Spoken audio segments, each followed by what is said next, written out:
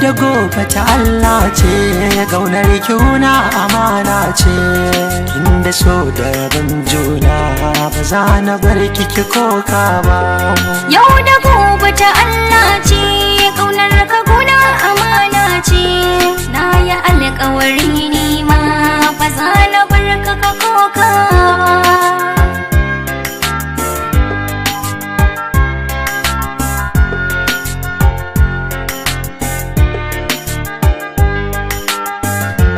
So da gauna soyayya ka so a so ka amana ce, da ke nake yin tarayya samin ki babbar riba ce. Na zaɓi mai ya zama tare kuma a zuciya na tantance, inda so da rabo kauna ba za ta zama kiyayya ba.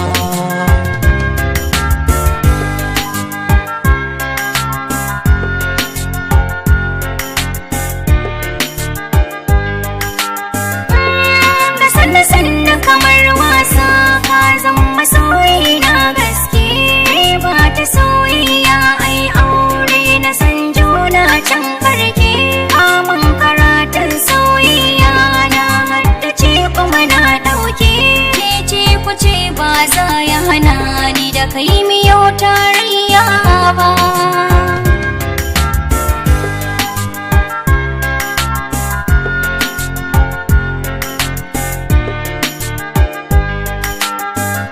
Nazari da tasirin soyayya ke hana ki ga laifina, kuma tuntuban harshe da haƙori ba ya sa aji sirrina. Matsayi na soyayya da amana yanzu shine jigona, komai na yau ke min uzuri nisan ki ba zan daina ba.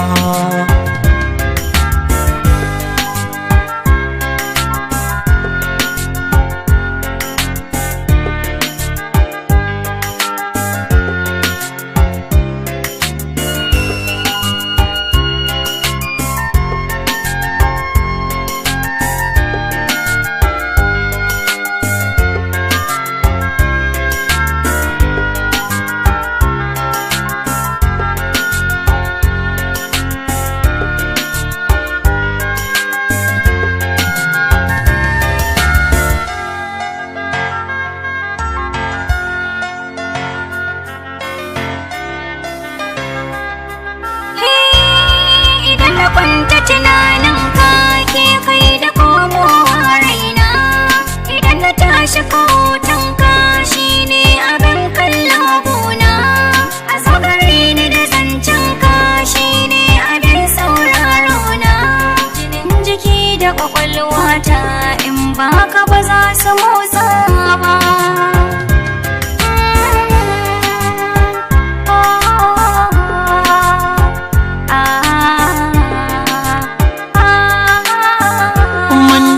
Sagun sarki Allah don mu miƙa buƙatar mu. Mun tawassali da dukan aiki na zahiran mu da sirrin mu.